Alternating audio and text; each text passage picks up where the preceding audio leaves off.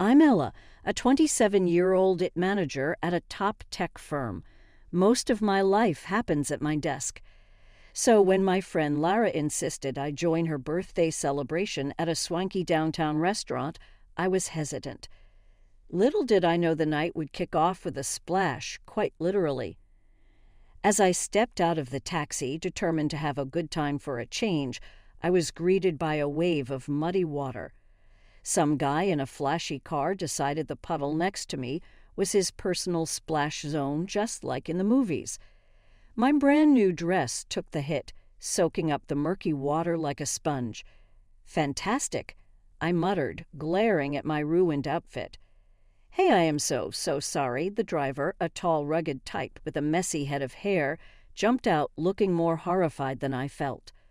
He approached with his hands raised as if I might smack him with my purse. "You've got to be kidding me." "Look at my dress," I snapped, too shocked to accept an apology. Lara, ever the peacemaker, rushed over, stifling a laugh. "Ella, meet Darren," she said, barely keeping a straight face. "Darren, this is Ella, the birthday girl's very best friend, who you just drenched." Darren winced. "Great first impression, huh?" he said with a crooked smile that was probably supposed to be charming. "Let me make it up to you. Dinner on me to start with, because you've got a tab running for ruining dresses," I shot back. Lara nudged me. "Give him a break." "Look, come on, it's just water." "It'll dry," Lara chuckled, linking her arm in mine and leading me toward the entrance. Darren followed, looking genuinely apologetic and slightly amused by my fiery welcome. Inside, the restaurant buzzed with Lara's other friends, but she steered us to a quieter corner with a clean, dry table. "You guys start here. I'll grab drinks. And Ella, try not to murder him before I get back," she teased, leaving Darren and me in an awkward silence. He pulled out a chair for me, and I sat, folding my arms. "I'm Darren, and before I made a splash, I was actually hoping to meet you tonight. Lara has told me a lot about you," he started, trying to smooth things over. "Did she also tell you I hate surprises?" I quipped, finally cracking a reluctant smile. "I'm Ella, IT manager and apparently a mud magnet." Darren laughed. "I work in marketing. Maybe I can help you market your new look. Post-puddle chick could be the next big thing." I rolled my eyes. "Don't quit your day job," I said, warming up to his attempted humor. Lara returned with a tray of drinks, breaking the ice further. "Here, maybe this will clean the slate," she said, handing us our drinks. "So, Darren, got any more surprises up your sleeve?" I asked, taking a sip of my drink. "Just my charming personality and dazzling conversation skills," he replied with a grin. "Oh, and an apology dinner? I'm serious about that. Let me take you out to make up for the disaster." I considered him for a moment, his earnest face making me soften a bit. "All right, you're on," I conceded, "but I'm choosing the place, somewhere without any puddles nearby." By the end of the night, the dress was still a mess, but my initial anger had dried up, replaced by a reluctant entree towards Darren. Maybe this disaster of a night could turn into something worthwhile. After Darren's disastrous yet somehow endearing introduction, we started seeing each other.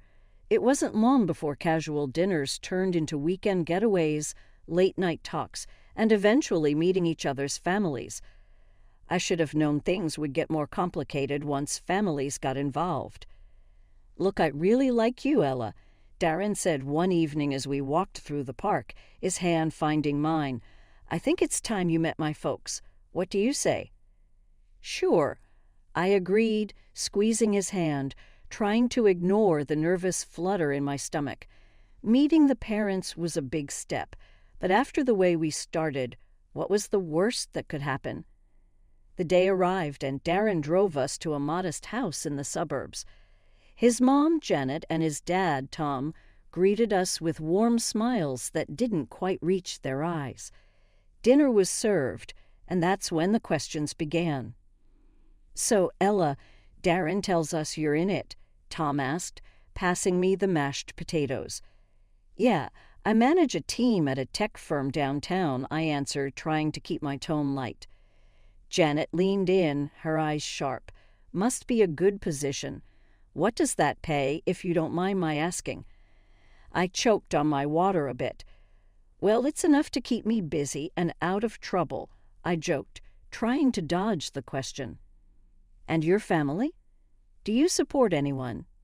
Janet continued, her gaze fixed on me like a detective interrogating a suspect. "Just my aunt," I replied, feeling my cheeks heat up. "She raised me. I help her out when I can." "That's very noble of you," Tom noted, his tone suggesting he was sizing up my financial worthiness rather than my character. I changed the subject, talking about a recent project at work, but the vibe had shifted. We left soon after dessert, and I exhaled a breath I didn't realize I'd been holding on the drive back. I mentioned the interrogation to Darren. "Your parents have a lot of questions about money, huh?" Darren shrugged. "That's just how they are. Always planning, always calculating. Don't sweat it." I decided to call my Aunt Tessa later that night to unload. "Ella, you need to watch out," she warned over the phone after hearing about the dinner. "People who start with money questions never stop. They're marking you." "Aunt Tessa, they were just curious, I guess. Darren says it's normal for them." "Normal, honey, there's curious and there's nosy. And those two sound like they're planning to spend your money, not get to know you," she cautioned, her voice stern with experience. Months passed, and Darren's charm outweighed my reservations. When he proposed, it was sweet, simple, and in the same park where we decided to meet his parents. "Marry me, Ella. Let's start our own family tradition," he said, his eyes hopeful. I said yes. The ring was beautiful, and the moment felt right. My doubts about his parents lingered, but love, as they say, was blind. As I prepared for bed that night, Aunt Tessa's words echoed in my head, mixing with Lara's. A knot of worry settled in my stomach, but I pushed it aside. Darren was worth it. His parents, well, I'd cross that bridge when I came to it. But deep down, I knew that bridge was coming up fast, and I wasn't sure I was ready for what was on the other side. Wedding planning kicked off at full throttle after Darren popped the question. I was over the moon, busy choosing flowers and tasting cake samples. I expected it to be stressful but fun. What I didn't expect was how quickly the red flags would start waving, not just fluttering in the breeze. One evening, as we sat down with our laptops to budget our expenses, Darren looked unusually tense. "Ella, I've got to tell you something," he started, avoiding my eyes. "My job's been a bit rocky lately. I might not be able to chip in as much as I wanted for the wedding." I raised an eyebrow, putting down my coffee. "Okay, how much are we talking?" He sighed, rubbing the back of his neck. "I can barely cover the band, maybe." "So what? I cover everything else. The venue, catering, photographer?" I asked, my voice sharper than I intended. Darren winced. "I hate asking you this, babe, but yeah, I think you'll need to, just until I sort things out at work." I leaned back, processing. "We can downsize, cut the guest list, cheaper venue." "No." Darren cut in quickly, a little too quickly. "I mean, my parents would be upset. They've already told everyone it's got to be good, Ella." My stomach nodded. "Fine," I said, finally, not wanting to argue, "but we'll need to stick to a strict budget." As the wedding day approached, the expenses piled up and Darren's contributions dwindled. His parents, Janet and Tom, were no help either. They had opinions about everything from the flower arrangements to the menu, but never once offered financial help or to tone down their lavish tastes. The wedding day itself was beautiful despite the behind-the-scenes drama. I managed to push aside my frustration and focus on Darren, who looked genuinely happy as he waited for me at the altar. The ceremony was perfect, but the reception was where things started to unravel. As we mingled with guests, I noticed Janet and Tom huddled around the gift table, whispering and pointing. Curious, I wandered over. "Everything okay here?" I asked, trying to sound casual. "Oh, Ella, we're just sorting.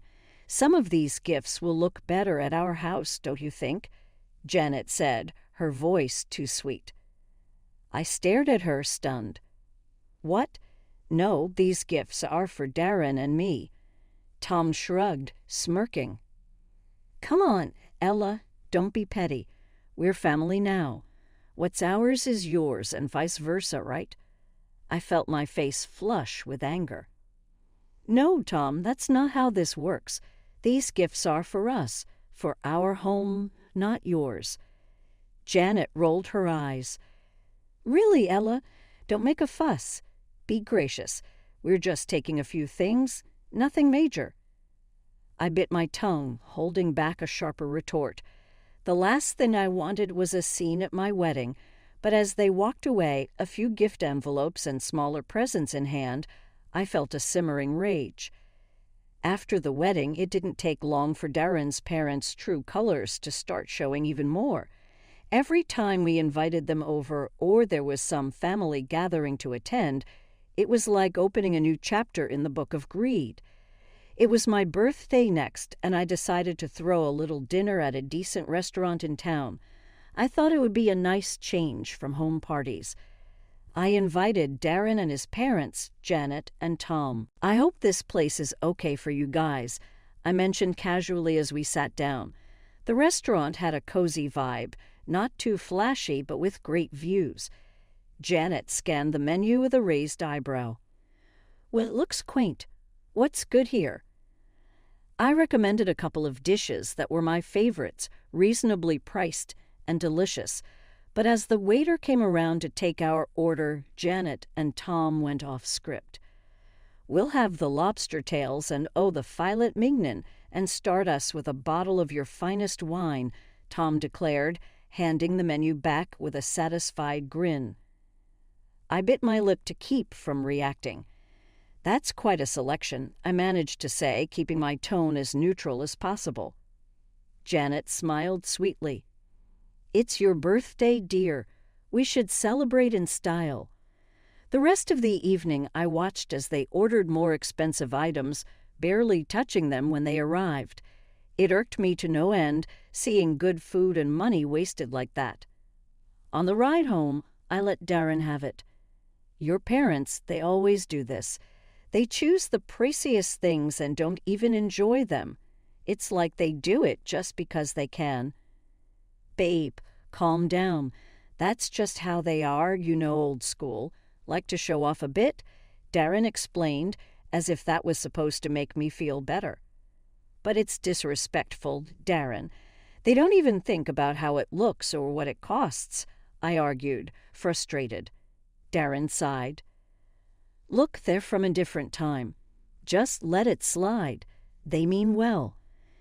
The incident was soon followed by the holidays, which brought their own set of challenges. Christmas rolled around, and gift-giving turned into another display of imbalance. I spent time picking out thoughtful gifts for everyone, including Janet and Tom, ensuring to get them something they'd mentioned wanting. In return, they handed me a clearly last-minute discounted item still in the sale bag. "Here you go, dear," Janet said, handing it over without much fanfare. I smiled, keeping my disappointment in check. "Thanks. I hope you like what I got you," I replied, handing them their gifts, which were more than twice as expensive. "Oh, how lovely," Tom said flatly, barely glancing at what was inside the package. The lack of effort on their part stung, especially when I saw the genuine appreciation from my friends for the simple but thoughtful gifts I had given them. Back home, I vented to Darren. "It's always like this with them. Expensive tastes when they're spending my money, but when it's their turn, they just don't bother." Darren shrugged, looking uncomfortable. "It's just how they show, Affection. A $5 scarf from the clearance bin isn't affection, Darren. It's an insult, I snapped, tired of making excuses for them. After dealing with one too many incidents of Darren's parents pushing their boundaries, I figured it was time for a change. When my big bonus hit, I knew exactly what I wanted to do. Darren, let's go to Hawaii, I said one night while we were sitting on the couch trying to decide how to celebrate. Hawaii. That sounds amazing, babe, he replied, his eyes lighting up. Just the two of us. Exactly just the two of us.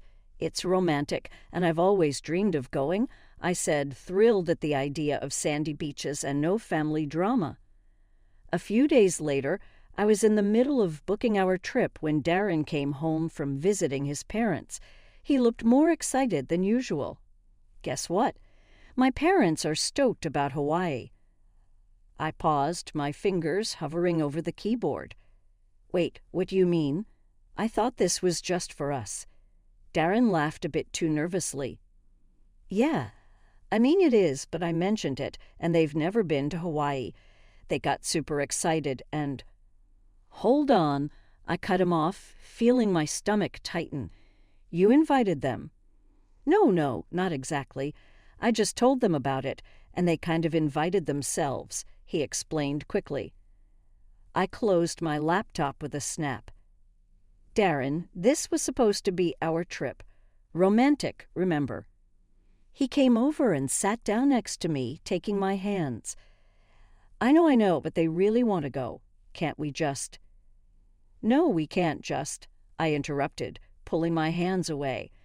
This isn't a family vacation, Darren. It's for us. He was quiet for a moment, then his phone buzzed. He glanced at it and frowned. They're already looking at flights. They think we're all going. That's because you didn't set boundaries, I exclaimed, frustration building. We can talk about this later, he said, standing up and going to the kitchen. But later came sooner than expected. The next day, Darren's parents showed up at our house, all smiles. Ella, dear, we've been looking at tours and hotels in Hawaii, Janet said cheerily. I was dumbfounded. We haven't decided anything yet, I replied. Tom chimed in, his tone expectant. Well, we thought it settled. We're all excited to go. I looked at Darren, expecting some support. Darren, tell them, I urged. He rubbed the back of his neck, avoiding my gaze. Look, why don't we all go? It'll be fun and we can split the costs, he suggested weakly. I stared at him, then at them. No, that's not what we planned. Janet's face fell. But we thought it was a family trip. It's a romantic getaway for me and Darren, just us, I stated firmly, feeling my resolve harden. There was an awkward silence, then Tom said, Well, if that's how you feel, maybe you're being a bit selfish, Ella. I couldn't believe what I was hearing. Selfish, for wanting to spend time alone with my husband. The conversation ended with them calling me selfish and leaving the house in a huff. Darren was quiet for a moment before he exploded. You could have just let them come, Ella. Why do you have to be like this? I'm like this. I just wanted something for us, Darren, just us, I shouted back, my voice echoing in the empty room. He didn't say anything after that. He just walked out of the room, and that was it. We didn't talk for a whole week. I woke up to an eerie silence in the house that morning, the kind that instantly told you something was off. Rolling over, I grabbed my phone off the nightstand and was greeted by a slew of notifications that punched the air right out of me. 3 tickets to Hawaii, all booked under my name, and a reservation for a hotel also charged to my account. I sat up, my heart pounding as reality set in. Darren had done this. He and his parents were probably on their way to Hawaii right now, all on my dime. I didn't even bother calling. What was there to say? It was clear as day. My husband had taken the liberty to use my account to fund his little family getaway despite everything we had discussed. Anger bubbled up inside me, and without a second thought, I logged into the booking site and canceled everything booked in the opposite direction. Then I moved swiftly to my banking app and cut off his access to my funds. Hours later, my phone rang. It was Darren, and his tone was less than pleasant. "Ella, what the hell? Why were we not checked into the hotel, and where are our return tickets?" I held the phone away from my ear for a second, taking a deep breath to steady my voice. "Because I'm not your ATM, Darren. I'm done funding your family's fantasies. You're all just a bunch of selfish leeches." He sputtered on the other end, clearly not expecting me to take such drastic measures. "You can't just do that. We're stuck here now. If you don't fix this, I'll divorce you." I almost laughed at the irony. "Go ahead, Darren. Do what you need to do, but don't expect another dime from me." I hung up, my hands trembling with a mix of rage and relief. Almost immediately, my phone buzzed with messages from both Darren and his mom. Threats, pleas, accusations. They tried every angle, but I wasn't having any of it. I didn't wait around for Darren to get back. Instead, I called a lawyer and started the divorce process myself. It was rough knowing that a chapter of my life was ending like this, but there was no way I was going to stick around with someone who treated me like a cash machine for him and his parents. After hanging up with the lawyer, I drove to Aunt Tessa's house. She opened the door before I even knocked, like she knew I was coming and why. "I did it, Aunt Tessa. I filed for divorce," I said as soon as I stepped inside. She just nodded, not saying "I told you so," but her look said it all. "You did the right thing, Ella. I know it's hard, but you're better off without someone who lets his family treat you that way." The next few days were a blur of sorting out my things and setting up a temporary life at Aunt Tessa's. I was starting to feel a bit more like myself, a bit steadier, when Darren showed up. He looked miserable, standing there on Aunt Tessa's front porch, a sad sight if I ever saw one. "Ella, please, can we talk? I'm sorry I messed up, but we can fix this." I almost laughed at the audacity. "Fix this, Darren. You chose your parents over your wife, used my money to take them to Hawaii after everything. There's no fixing that." "Ella, No, Darren, you just showed me who you really are, and I don't want any part of that life," I interrupted, crossing my arms. "You and your parents are cut from the same cloth. All take and no give. I'm done." Darren's face fell, and for a moment I almost felt sorry for him, but then I remembered all the stress and hurt, and the sympathy vanished. "I hope you figure out your stuff, Darren, but you need to do it away from me," I added, turning to go back inside. Aunt Tessa was waiting right by the door, having heard it all. She didn't say much, just took my hand and gave it a squeeze. "You're strong, Ella. Stronger than you think." 2 weeks after everything fell apart, I found myself sitting in a Stark law office across from Darren and his parents. The air was tense, charged with unsaved things and last-minute pleas. Darren looked worn, almost regretful. 2 weeks after everything fell apart, I found myself sitting in a Stark law office across from Darren and his parents. The air was tense, charged with unsaved things and last-minute pleas. Darren looked worn, almost regretful, but it was his parents who took the lead. "Ella, please reconsider this," his mother started, her voice dripping with a sweetness I knew was as fake as her sympathy. "We were all so good together. Remember the trips, the holidays." I couldn't help but scoff. "You mean the trips I paid for? The holidays where I was treated more like a bank than a family member?"